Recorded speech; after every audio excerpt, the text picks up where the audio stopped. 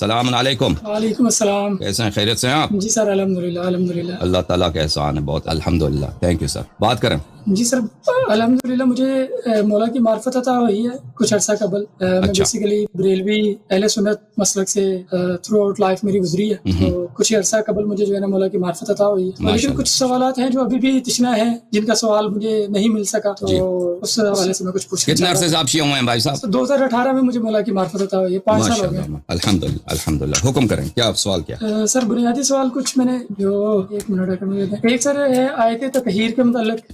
آیت تطہیر، سورہ نور اور سورہ تحریم، اگر ان تینوں چیزوں کو سامنے ملاتے ہیں تو کیا پکچر سامنے آتی ہے؟ آپ مجھے بتائیں. مجھے نہیں معلوم آپ کے ذہن میں کیا ہے. سورہ تحریم، سورہ نور میں جیسے کہ حضرت بی بی عائشہ کی پاکی کا ذکر ہے. سورہ تحریم میں اس کے مخالف جو ہے تنبیہ کا ذکر ہے، جبکہ آیت تطہیر جو ہے وہ بھی پاکی کا ذکر ہے. اب ان تینوں چیزوں کو جب ملاتے ہیں تو کچھ پکچر سمجھ میں نہیں آتی کہ کیا صورتحال سامنے بنتی ہے. دیکھیں سورہ نور کے جو آیات ہیں نا، آپ کی خدمت میں عرض کروں کہ اس میں آیت نمبر 22 میں قرآن لے کر تو قرآن مجید میں سورہ مبارک نور، ان الذين جاءوا بالافك عصبة منكم لا تحسبوه شرا لكم بل هو خير لكم. یہ نمبر 350 میں ہے. دیکھیں جماعت ہمارے جو مخالف بھائی ہیں مذہب میں، وہ کہتے ہیں کہ سورہ نور میں اللہ تعالیٰ نے عائشہ کی پاکی کا ذکر کیا ہے، یعنی عائشہ ایک اچھی عورت ہے، عائشہ کی تعریف کی ہے. اب میں آیات آپ کو پڑھ کے سناتا ہوں، آپ مجھے بتائیں کہ اس میں تعریف کہاں ہے عائشہ کی. ٹھیک ہے نا؟ یہ ہے، یہ قرآن مجید فرقان حمید ہے میرے محترم ناظرین. یہاں پہ سورہ مبارک نور ہے. آیات یہ ہے، آیات جو اف کی آیات ہے. اعوذ باللہ من الشیطان الرجیم. ان الذین جاؤوا بالافک عصبۃ منکم، جن لوگوں نے تہمت لے کے آئے تھے، زنا کی تہمت لے کے آئے تھے، زنا کا بہتان لے کے آئے تھے، وہ آپ ہی میں سے ایک جماعت، آپ ہی میں سے ایک جماعت. لا تحسبوه شرا لکم بل هو خیر لکم، اس کو اپنے لیے شر حساب نہ کرو بلکہ یہ تمہارے لیے بہتر. لکل امرئ منهم ما اکتسب من الاثم، جن لوگوں نے یہ بہتان کی ہے اس میں ہر شخص کے لیے اس کی گناہ ہے. ان کے ہر شخص کے لیے جو انہوں نے گناہ کسب کیا ہے، گناہ اکتساب کیا ہے، اللہ کے نزدیک ان کا گناہ لکھا گیا ہے، وہ ڈراپ نہیں ہوا. والذی تولی کبرہ منہم لہ عذاب عظیم، اور جس شخص نے اس کا بڑا حصہ اپنا عہدہ لیا تھا اس بہتان کا، اس کے لیے عذاب عظیم ہے. لولا اذ سمعتموہ ظن المؤمنون والمؤمنات بانفسهم خیرا وقالوا هذا افک مبین. جب یہ آپ نے یہ سنا تھا یہ بہتان کہ فلانی نے مثلا غلط کام کیا ہے، زنا کیا ہے، تو کیوں؟ تو یہ تھا کہ مؤمنین اور مؤمنات آپس میں ایک دوسرے سے اچھے گمان رکھتے، خبر پہ یقین نہیں رکھتے، اچھا نظریہ رکھتے، اچھا گمان رکھتے، اور کہتے ہذا افک مبین، اور کہتے کہ یہ ایک جھوٹی بات. ٹھیک ہے نا؟ اب یہ آیت ہے وزیر، اس آیت میں آپ مجھے بتائیں تعریف کے الفاظ یہ ہوتے ہیں بھائی کہ میں کہہ دوں آپ مومن آدمی ہیں، یا اللہ تعالیٰ قرآن میں کہہ دے کہ فلانی بڑا مجاہد ہے، اس نے اللہ کے راستے میں جہاد کیا ہے، فلانی بڑا متقی ہے، فلانی مومنین میں سب سے عالم ہے، فلانی شخص اللہ اور رسول سے محبت کرتا ہے وہ جنتی ہے. یہ ہوتے ہیں تعریف کے الفاظ. اس میں کوئی تعریف عائشہ کی تعریف نہیں ہے. پہلی بات یہ ہے کہ ہمارے نزدیک ہمارے مذہب میں اہل بیت علیہ السلام کی روایات میں یہ ماریہ قبطیہ رضی اللہ تعالی عنہا کے لیے، ماریہ قبطیہ بہت خوبصورت خاتون تھی. آپ ہیں میرے ساتھ یا چلے گئے؟ جی بالکل میں ہوں. ماریہ قبطیہ بہت خوبصورت تھی اور اللہ تعالیٰ نے ان کو بیٹا عنایت کیا. نبی کریم صلی اللہ علیہ وسلم کے جتنے فرزند تھے وہ حضرت خدیجہ رضی اللہ تعالی عنہا اور سلام اللہ علیہا کے رحم اطہر سے تھے.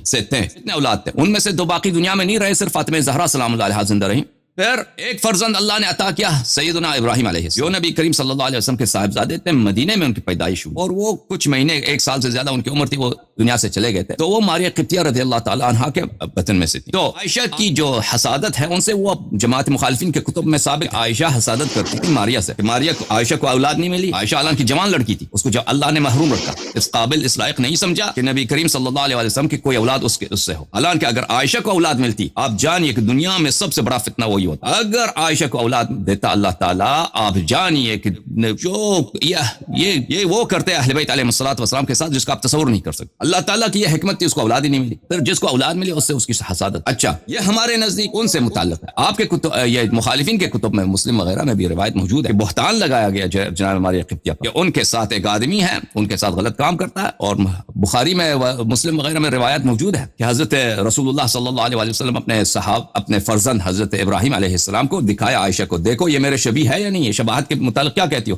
عائشہ کہتی ہے کہ نہیں وہ شبیہ نہیں آپ سے. اتنی بڑی بدتمیزی، رسول پاک صلی اللہ علیہ وسلم کی دل آزاری. ان الذین یؤذون اللہ ورسولہ لعنہم اللہ فی الدنیا والآخرہ. تو کہا کہ نہیں آپ کی شباہت، آپ سے شباہت نہیں رکھتے. تو ان پہ تہمت لگایا گیا، ان کے ساتھ ایک آدمی ہے اور یہ بیٹا ان کا ہے، یعنی نبی کریم صلی اللہ علیہ وسلم کا نہیں ہے، نستجیر باللہ، یہ تو کافی مشہور ہے، یہ بات تو دونوں فریقوں میں مسلم ہے کہ یہ تہمت لگایا گیا جناب ماریہ پر رضی اللہ تعالیٰ عنہ۔ اچھا، اور پھر امیر رسول اللہ صلی اللہ علیہ وسلم نے امیر المؤمنین علیہ السلام کو بھیجا کہ وہاں پہ ایک شخص ہے، جا کے اس کو قتل کرو۔ تو امیر المؤمنین علیہ السلام نے کہا کہ مجھے اجازت ہے کہ اس کو اگر وہ بے گناہ ہو تو اس کو قتل نہ کروں۔ تو رسول اللہ صلی اللہ علیہ وسلم نے فرمایا جی ہاں، آپ کو اجازت ہے کہ اگر وہ بے گناہ ہے تو یہ کوئی ضروری نہیں ہے کہ آپ اس کو قتل کریں۔ تو جو ہے امیر المؤمنین علیہ السلام تشریف لائے، تلوار ہاتھ میں تھا، تو وہ شخص جو تھا وہ ماریہ قبطیہ کا چچا زاد بھائی تھا، وہ انہوں نے دیکھا، اس کو ڈر لگا، وہ درخت کے اوپر چڑھ گیا، یہ مجھے قتل کرنا ہے، درخت کے اوپر چڑھ گیا۔ جب عرب کے جو آپ نے دیکھا قمیص وغیرہ جو ہوتا ہے، دھوتی پہنا ہوا ہوتا ہے نا، وہ درخت سے کے اوپر جب چڑھ گیا اور پھر نیچے گر گیا تو اس کی دھوتی اوپر چلی گئی۔ تو امیر المؤمنین علیہ السلام نے دیکھا کہ اس میں مردانگی ہے ہی نہیں، اس میں مردانگی کا جو عضو ہے یہ شخص محروم ہے۔ تو امیر المؤمنین علیہ السلام نے اللہ کا شکر ادا کیا کہ اللہ تعالیٰ نے اس طرح نبی کریم صلی اللہ علیہ وسلم کی عزت کو، ان کی غیرت کو آنچ نہیں آنے دیا، اور آ کے انہوں نے خبر دی۔ تو یہ آیت ہمارے نزدیک ان سے متعلق، اب اس کو چھوڑتے ہیں، ہم کہتے ہیں کہ مان بھی لینا کہ عائشہ کے متعلق ہے، اس میں صحابہ کی مذمت ہے کہ صحابہ نے عائشہ پر کس چیز کا تہمت لگایا۔ عائشہ کے اپنے قول کے مطابق غزوہ بنی مصطلق میں عائشہ پہ تہمت لگی ہے کہ اس نے نستجیر باللہ زنا کیا ہے، اور اللہ تعالیٰ نے کہا کہ نہیں، جن لوگوں نے تہمت لگائی ہے وہ بڑے گناہ کار ہیں، وہ مسلمانوں صحابہ ہی میں سے، ان کو یہ کام نہیں کرنا چاہیے تھا، ان کا گناہ اللہ تعالیٰ کے پاس ہے۔ اچھا، تو اس میں زیادہ سے زیادہ عائشہ کے متعلق آپ اگر مان بھی لیں کہ آیات عائشہ کے متعلق ہے، زیادہ سے زیادہ آپ جو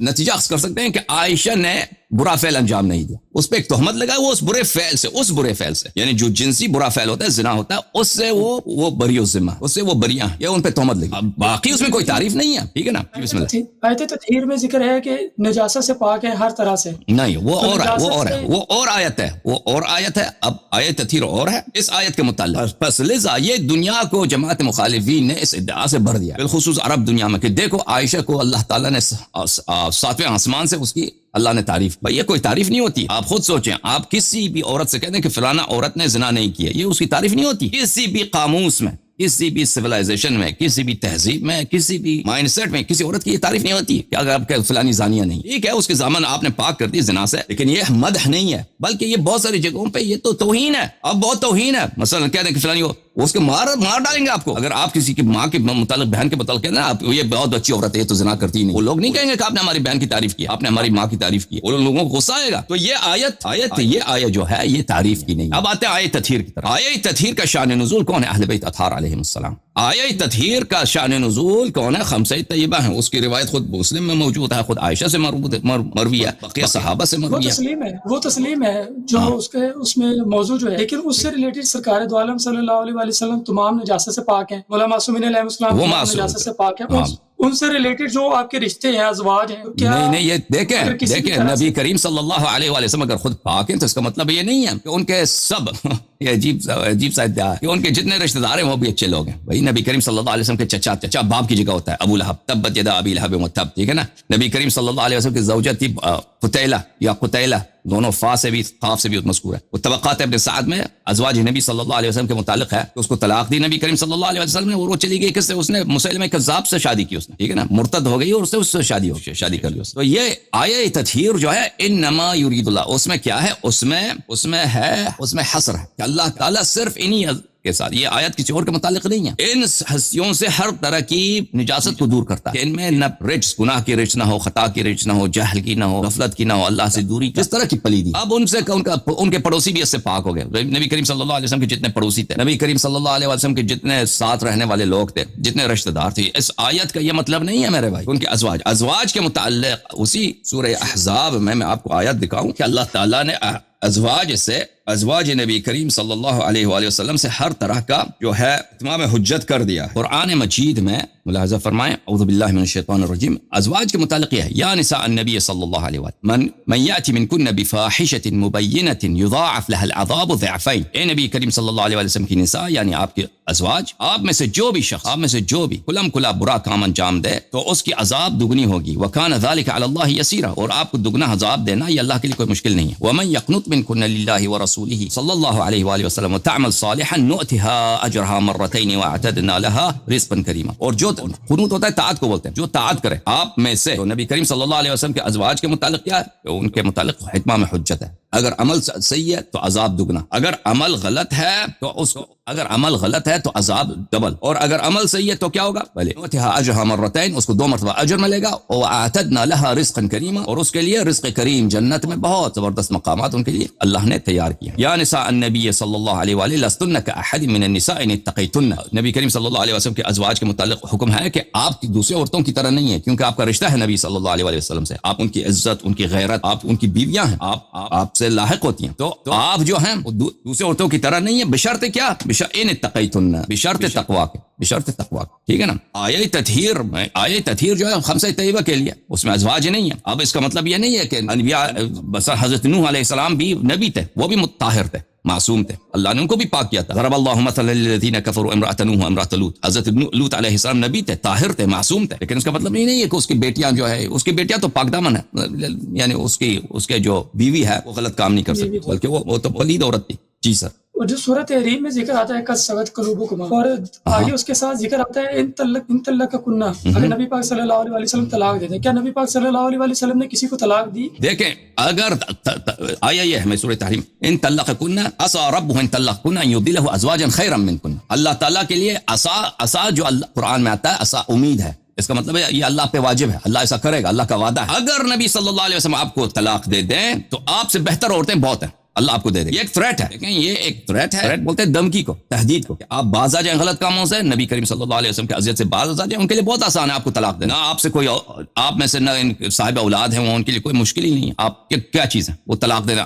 اگر آپ کو طلاق دے دیں تو اللہ تعالیٰ ان کو بہترین ازواج، آپ جو آپ سے بہتر ہیں، اللہ تعالیٰ ان سے عطا کرے گا۔ وہ بہترین کن چیزوں میں میں آپ کو قرآن مجید دکھا دوں، یہ بلی عسى ربه ان طلق کن، اللہ تعالیٰ یہی کرے گا، اللہ تعالیٰ کا وعدہ ہے۔ عسى اللہ کی جانب سے جو عسى ہوتا ہے، عسى موجبہ ہوتا ہے، یعنی اللہ ایسا وعدہ، اللہ کا وعدہ ایسا ہی کرے گا۔ اگر وہ آپ کو طلاق دے دیں تو اللہ تعالیٰ وہ آپ سے بہتر ازواج، مسلمات مؤمنات جو مسلمان ہوں، مومن ہوں، قانتات ہوں، اہل طاعت ہوں، تائبات اہل توبہ ہوں، عابدات اہل عبادت، سائحات اہل طاعت ہوں، طیبات ہوں، افکار طیب بھی ہوں، بکر بھی ہوں، اللہ تعالیٰ بہت آپ سے بہتر عطا کرے گا، ٹھیک ہے نا۔ اس میں اس طرح کی اس کی عائشہ کی کوئی تعریف نہیں ہے، یا اس طرح نہیں ہے کہ اگر نبی پہ واجب ہے کہ ان کو طلاق دیں، اگر طلاق نہیں دیا تو وہ بہت اچھی عورت، اس میں اس طرح کی کوئی دلالت نہیں ہے۔ کوئی روایت تو نہیں ملتی طلاق کی؟ طلاق کی روایت ہے نا، حفصہ کو طلاق دیا تھا، اور یہ مسلم میں روایت ہے نا کہ نبی کریم صلی اللہ علیہ وآلہ وسلم سب صحابہ کہتے تھے کہ انہوں نے حفصہ کی طلاق تو ہے نا، حفصہ کی طلاق۔ عائشہ کے متعلق یہ تسلیم نہیں کرتے کہ عائشہ کو طلاق ہوئی تھی، لیکن اگر کسی کو طلاق دی تو کیا اس کے بدلے میں کوئی دوسری بیوی سے نکاح ہوا؟ کیونکہ آیت میں ہے کہ اگر طلاق دی تو اس کے بدلے میں کوئی نکاح ہوگا۔ دیکھیں اور نبی کریم صلی اللہ علیہ وسلم کا ازواج تو بہت تھی نا، اب ان کو اگر طلاق نہیں دی ان کو، وہ واجب نہیں تھا نبی کریم صلی اللہ علیہ وسلم پہ طلاق دینا، اور طلاق جو ہے اللہ کے نزدیک مبغوض ہوتا ہے، آپ کو پتہ ہے حلال میں سب سے زیادہ جو مبغوض ہے اللہ کے نزدیک، ابغضوا ما احل اللہ، حلال میں سب سے مبغوض اللہ کے نزدیک طلاق ہوتا ہے، اور نبی کریم صلی اللہ علیہ وسلم اس چیز کو سنت بنا دیتے تو ان کے لیے مناسب نہیں تھی کہ وہ سنت بنا دیتا۔ اب نبی کریم صلی اللہ علیہ وسلم کے ازواج بہت سارے ہیں، ان میں سے اگر حفصہ کو طلاق دے کے حفصہ کو اس سے دوبارہ رجوع کیا انہوں نے، کیونکہ ان لوگوں نے بہت منتیں کی ہیں، تو اگر کوئی اور بھی اسی کے جواب میں ماریا کو اللہ نے دیا ہو یا کسی کو دیا ہو، اس کے پاس ہمارے روایت ہمارے پاس نہیں ہے۔ لیکن یہ آپ جو کہہ رہے ہیں نا، یہ اصل میں یہ نبی کریم صلی اللہ علیہ وسلم پہ واجب نہیں تھا کہ اگر یہ برے ہیں آپ پہ واجب ہے کہ ان کو طلاق دینا، اس طرح کی کوئی روایت نہیں ہے۔ جماعت عمریہ کیا کہتے ہیں دیکھو نبی صلی اللہ علیہ وسلم نے ان کو طلاق نہیں دیا تو اس سے مطلب یہ اچھے لوگ ہیں، تو کہاں اس آیت میں لکھی ہیں کہ نبی صلی اللہ علیہ وسلم پہ واجب ہے یا کسی مسلمان پہ واجب ہے کہ اگر اس کی عورت اچھی نہ ہو تو اس کو طلاق دیں؟ حضرت نوح علیہ السلام کی عورت جو ہے بہت ہی بری عورت، کافر بری عورت، ہر طرح سے وہ اپنے شوہر کے وہ اذیت کرتی تھی، مخالفین کا ساتھ دیتی تھی۔ حضرت لوط علیہ السلام اسی طرح، ان کو طلاق نہیں دیا آخر تک۔ تو یہ ان کو طلاق نہ دینا، یہ تو انبیاء علیہ السلام کا سیرہ ہے کہ مشکلات کے ساتھ، برے پڑوسی ہیں تو ان کے برداشت کرو، تحمل کرو، برے رشتہ دار ہیں تو تحمل کرو اور برداشت کرو، اور ان کو امر بالمعروف کر دو۔ ایک سوال اور میں یہ کہ خودکشی جو ہے وہ حرام ہے، خودکشی حرام ہے، اور مولانا معصومین علیہ السلام کے متعلق ہم یہ جانتے ہیں کہ آپ کا علم وسیع ہے اور آپ کو اللہ نے وسیع علم دیا ہے، آپ علم غیب بھی رکھتے ہیں، اور یہ بھی کہا جاتا ہے کہ مولانا معصومین علیہ السلام کو یا قتل کیا گیا تلوار کے ذریعے سے یا زہر دیا گیا، تو جو زہر دیا گیا تو زہر بوقت زہر کیا مولانا معصومین علیہ السلام کو علم نہیں تھا؟ تو وہ نعوذ باللہ میں کی مطلب قطعی مقصد نہیں، تو یہ جو کنفیوژن آتی ہے اس سے کیا مراد ہے؟ کیا مولانا معصومین علیہ السلام سے کس کیفیت میں، یہ کیا روایت اس میں ملتی ہے بالخصوص مولا حسن پاک علیہ السلام سے، جبکہ جو جوتا بنت اشعث جو ہے نہ تو وہ حاکم ہے نہ ہی وہ اس کے بعد کوئی اثر و رسوخ ہے؟ جی ہاں، میں آپ کے لیے کتاب لے کر آتا ہوں، ایک منٹ میں کتاب لے کر آتا ہوں بھائی صاحب۔ جی بسم اللہ، میں ویٹ کر رہا ہوں سادہ سے ایک منٹ میں مزید مجھے ٹائم اوکے معذرت چاہتا ہوں۔ جی بسم اللہ، نو ایشوز۔ دیکھیں عزیزو، یہ کتاب ہے، آواز آ رہی میری؟ آپ کو؟ جی سر. یہ کتاب ہے الاصول من الکافی، چاپ دار الفکر، جزء اول، یہاں پہ صفحہ نمبر 258 ہے. یہ ان الائمہ علیہم السلام یعلمون متی یموتون وانہم لا یموتون الا باختیار من. ائمہ علیہم السلام کو پتہ ہوتا ہے کہ کب ان کی موت ہوتی ہے اور وہ نہیں مرتے مگر ان کے اختیار سے. یہاں پر آپ کی خدمت میں عرض کرتے ہیں کہ حدیث نمبر 4 میں ملاحظہ فرمائیے. حدیث نمبر 4 میں راوی کہتا ہے کہ میں نے امام رضا علیہ الصلوۃ والسلام کی خدمت میں عرض کیا ان امیر المؤمنین علیہ السلام قد عرف قاتله واللیلۃ التي يقتل فيها والموضع الذي يقتل فيه. بلی امیر المؤمنین علیہ السلام اپنے قاتل کو جانتے تھے، پہچانتے تھے اور جانتے تھے کہ کس رات کو وہ قتل کیے جائیں گے اور کہاں کس مقام پر قتل کیے جاتے تھے. وقوله لما سمع سیاح الاوز في الدار صوائح تتبعها نوائح. اور ان کا یہ فرمان جب انہوں نے بطخوں کو، مرغابیوں کو اپنے گھر میں دیکھا کہ وہ فجر کے وقت ان کو مسجد جانے سے منع کر رہے ہیں مرغابیاں، تو انہوں نے کہا سوائح، یہ شور کر رہے ہیں، تتبعها نوائح، ان کے شور کے بعد نوحے ہوں گے، یہاں پر گریہ وزاری ہوگا. تو ان کو بخوبی معلوم تھا کہ وہ موت کی طرف جا رہے ہیں. وقول ام کلثوم، اور حضرت زینب سلام اللہ علیہا نے ان کو کہا، ام کلثوم جو حضرت زینب سلام اللہ علیہا کا بھی کنیا، لو صلیت اللیلۃ داخل الدار، کاش آج آپ ہمارے گھر میں ہی نماز پڑھیں. وامرت غیرک یصلی بالناس، اور کسی اور کو کہہ دیں کہ وہ نماز جماعت کرا دے. فابى علیہا، تو امیر المؤمنین علیہ السلام نے ان کی بات نہیں مانی. وکثر دخوله وخروجه تلك الليلہ بلا سلاح، اور اس رات وہ بغیر کسی اسلحے کے باہر جاتے تھے اندر آتے تھے امیر المؤمنین علیہ السلام. كان هذا مما لم يجوز تعرضه وقد عرف ان ابن ملجم لعنه الله قاتله بالسيف. كان هذا مما لم يجوز تعرضه، تو ان کو خود پتہ ہے کہ ابن ملجم ان کو تلوار سے شہید کر دے گا. تو یہ کیسے یہ جائز ہے کہ انہوں نے ایسا کیا ہے؟ ٹھیک ہے نا، اپنے قاتل کا بھی پتہ ہے، سب کا پتہ ہے. تو فرمایا ذالک کان، یہ سب آپ نے جو کہا یہ صحیح ہے. آپ نے کہا ان کو اپنے قاتل کو بھی جانتے تھے، جس رات کو ان کو قتل ہونا ہے وہ بھی جانتے تھے، کہاں پہ قتل ہوں گے وہ بھی پتہ تھا. اور بطخیں مرغابیوں نے جو شور کیا تھا ان کے متعلق بھی آپ کی بات درست ہے. سب یہ باتیں آپ نے جو کہی ہیں پتہ ہے. ولکنہ خیر فی تلک اللیلہ، لیکن اللہ کی جانب سے ان کے لیے اسپیشل حکم تھا کہ وہ مخیر تھے، اختیار تھے، یا شہادت کو قبول کریں یا دنیا میں بقا کو قبول کریں. اللہ کی جانب سے، اللہ تعالیٰ کی جانب سے ان کو اختیار تھا کہ آپ کس کو چاہتے ہیں. اللہ کی لقاء کو چاہتے ہیں، رسول اللہ صلی اللہ علیہ وسلم کی لقاء کو چاہتے ہیں، حضرت زہرا سلام اللہ علیہا کی ملاقات کو چاہتے ہیں، انبیاء علیہم الصلوۃ والسلام کی ملاقات کو چاہتے ہیں، یا دنیا میں مزید رہنا چاہتے ہیں. ٹھیک ہے نا. بلی ولکنہ خیر فی تلک اللیلہ تمضی مقادیر اللہ عز وجل، یا یہ آپ چاہتے ہیں کہ اللہ تعالیٰ کی جو مقدر ہے وہ نافذ ہو. تو انہوں نے شہادت کو بلی قبول کیا. ٹھیک ہے نا. تو ائمہ علیہم الصلوۃ والسلام کو پتہ ہوتا ہے، لیکن ان کو اختیار ہوتا ہے کہ وہ موت کو قبول کریں یا شہادت کو قبول. مزید بولیں. جی ایک سوال اور ہے کہ جناب سیدہ ام فرما سلام اللہ علیہ، آپ کی نسبت جو ہے حضرت ابو بکر سے ہے، کیا حضرت ابو بکر پہ تبرہ جائز ہے یا کوئی احتیاط لازم ہے؟ دیکھیں وہ ایک شخص اگر اس کا باپ جو ہے برا آدمی ہوتا ہے نا، یا اس کا دادا، وہ حضرت ام فروہ حضرت محمد ابن ابی بکر کے اولاد میں سے. حضرت محمد ابن ابی بکر رضی اللہ تعالی عنہ وسلام اللہ علیہ جنت کے سرداروں میں سے، وہ امیر المؤمنین علیہ الصلوۃ والسلام کے اصحاب خاص میں سے. ان کی تربیت امیر المؤمنین علیہ السلام کے ہاتھوں ہوئی. امیر المؤمنین علیہ السلام سے مروی ہے ان کے متعلق، محمد ابنی من صلب ابی بکر، محمد میرا بیٹا ہے ابو بکر کی نسل سے، محمد میرا بیٹا، تو وہ ان کی نسل سے ہے. اور ہمارے پاس روایات میں موجود ہے کہ اگر کوئی مسلمان، کوئی مومن کافر کی صلب سے دنیا میں آتا ہے تو اس کو اس کی نجاست نہیں لگتی. اللہ تعالیٰ نے مومن کو اپنے نور سے خلق کیا ہے. ظاہری طور پہ وہ ہو سکتا ہے مومن بھلے کسی کافر کا بیٹا ہو، جیسے بہت سارے صحابہ، ان کے سب، بلکہ تقریباً سبھی صحابہ، ان کے آبا جو تھے کہ کون تھے؟ مشرک تھے، کافر، سب مشرک زیادہ تھے. تو ان کی نجاست ان کو کسی مومن، اگر سچا مومن ہو تو اس کو نہیں لگتی. اس کے بعد قرآن مجید نے بھی فرمایا ولا تزر وازرۃ وزر اخرى، ایک انسان کو اگر کوئی گناہ کرتا ہے تو اس کی گناہ اسی پر ہے، دوسرے پہ نہیں ہے. اب میں کوئی گناہ کرتا ہوں، میرے جو فرزند ہیں ان کا کوئی قصور نہیں ہے اس میں. اگر میں نے کوئی گناہ کیا، میرے والد صاحب کا اس میں کوئی قصور نہیں ہے. ٹھیک ہے نا. آپ کا ایک کلپ سنا تھا، اس میں آپ نے کہا تھا کہ جو ایک ریفرنس دیا تھا کہ روحوں کو پاک کیا جاتا ہے، ان کے والدین کی روحوں کو بھی پاک کیا جاتا ہے. مجھے نہیں معلوم اس کا. وہ اگر بشرط ایمان، بشرط اسلام، بشرط ایمان، اگر ایسا کوئی روایت ابھی مجھے یاد نہیں، اگر ایسا کوئی روایت ہے بشرط ایمان، بشرط اسلام، بشرط یہ کہ وہ نبی صلی اللہ علیہ وسلم اہل بیت علیہ السلام کا دشمن نہ ہو. ٹھیک ہے نا. اگر کوئی مومن ہے، کافر کی شفاعت نہیں ہوتی بھائی. اگر کوئی مسلمان ہے، مثلا مومن بہت اچھا نیک آدمی ہے، فرزند کی وجہ سے والد کی شفاعت ہو سکتی ہے، لیکن بشرط کہ وہ مومن ہو، مسلمان ہو. لیکن اگر وہ ہے ہی کافر، دشمن رسول صلی اللہ علیہ وسلم، تو اس کی شفاعت نہیں ہوتی. اوکے میرے بھائی. جزاک اللہ. اوکے، تھینک یو، بہت مہربانی آپ. خدا آپ کو جزائے خیر دے. Thank you sir. خدا حافظ.